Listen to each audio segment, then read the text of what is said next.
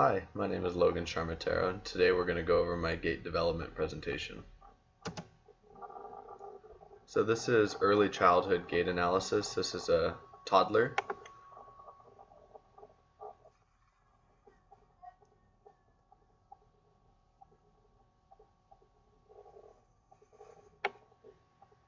So just a brief preview of the gait of a toddler. This is between, I think, 6 to 7 months.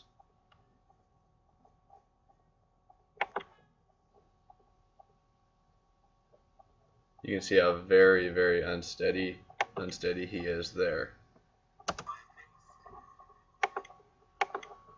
So his base of support, just a couple of things that stood out with me on him, which is comparing differently to just a normal adult. His base of support in the toddler, the base of support is very unsteady in gait. Toddler is achieving balance, but as you can see, he was swaying back and forth to pretty much counterbalance himself to stay upright. He was able to stay upright, a couple times during the video. If you watch the whole thing, he had episodes of falling, but for the most part, he was able to keep himself upright. Looked very unsteady though.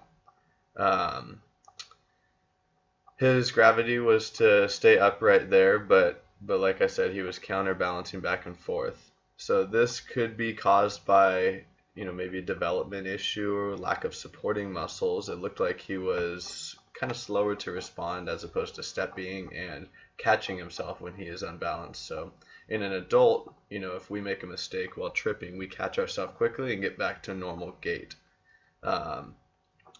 So the adult that it was comparing this to, just to compare and contrast, we talk about proper lean. So when the adult was walking, he was properly leaned forward. The child, very upright, almost straight up and down, but just using everything he can to try to keep himself upright. Another thing that jumped out at me, there was a large difference between the toddler versus an adult with normal gait, is stride length. The child really didn't take forward steps. The child really used kind of outside steps and kind of wobbled from back to forth there. As opposed to an adult would lift their knee up and propel forward with that forward lean and use momentum. The child did not do that. So the child, was very unbalanced and using a very short stride length. Another thing was arm swing. You never saw that toddler there have any rhyme or reason to where his arms were any time. When we look at an adult, it was arms were moved like this in synchronize with the legs while they were walking.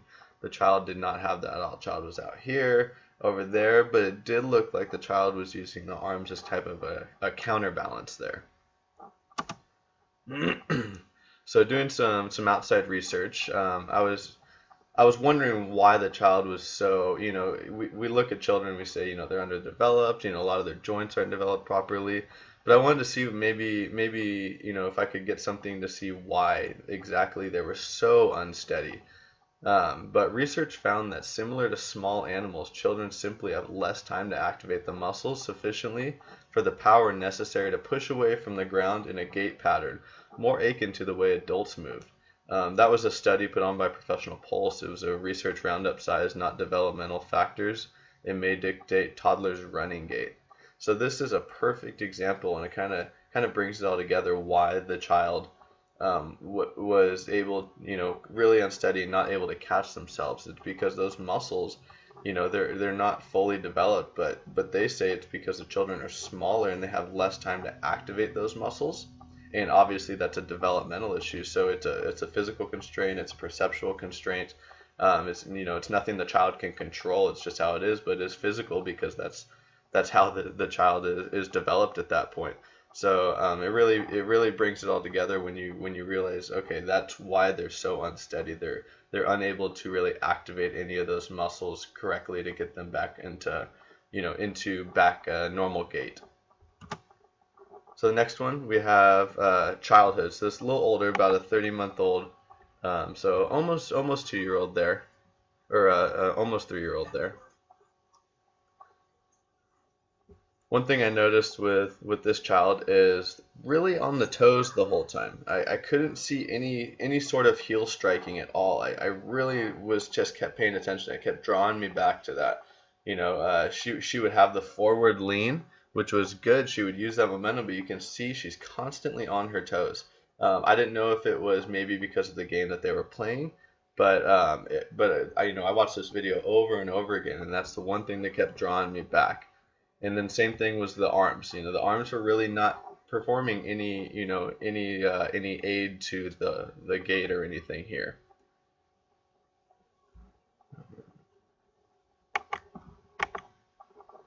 So arm swing here, the child has very minimal arm swing. The child has her arms mostly held out in front of her. She's concentrating on getting that ball the whole time. I would like to see this child, walking normally from a room to a room rather than playing a game, because I want to see if those arms actually do play a role. Really hard to identify here because of the way, the arms are. Initial contact. The child's initial contact is very similar to the small child, where they land on their toes, and it's not really used as like a heel strike, and it's kind of just a counterbalance there. So more research into that, studying into why the children are on their toes.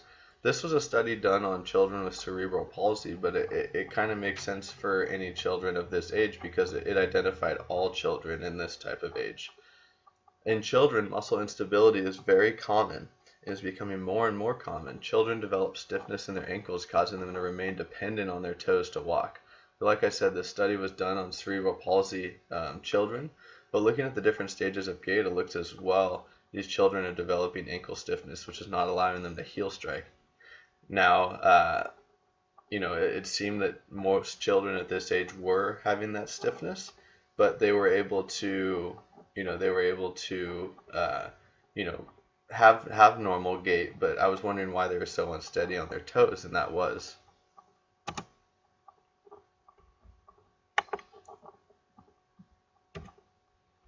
All right, so this is normal gait right here.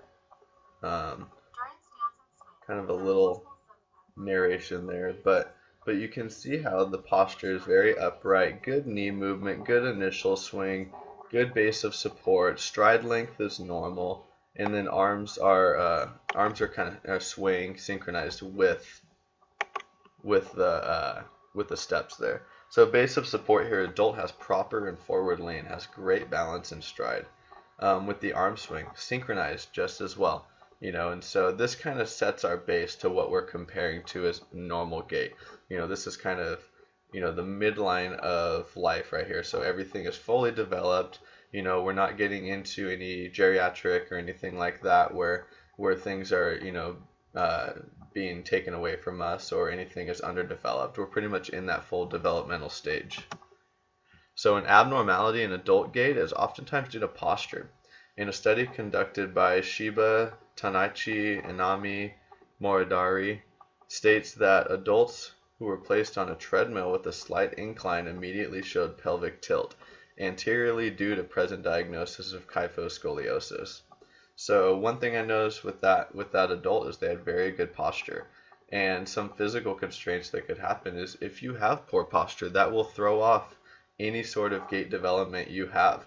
And this study showed that, with that kyphoscoliosis, that really forward lean and not that upright posture, their pelvic was anteriorly tilting, and that's throwing off their gait movement.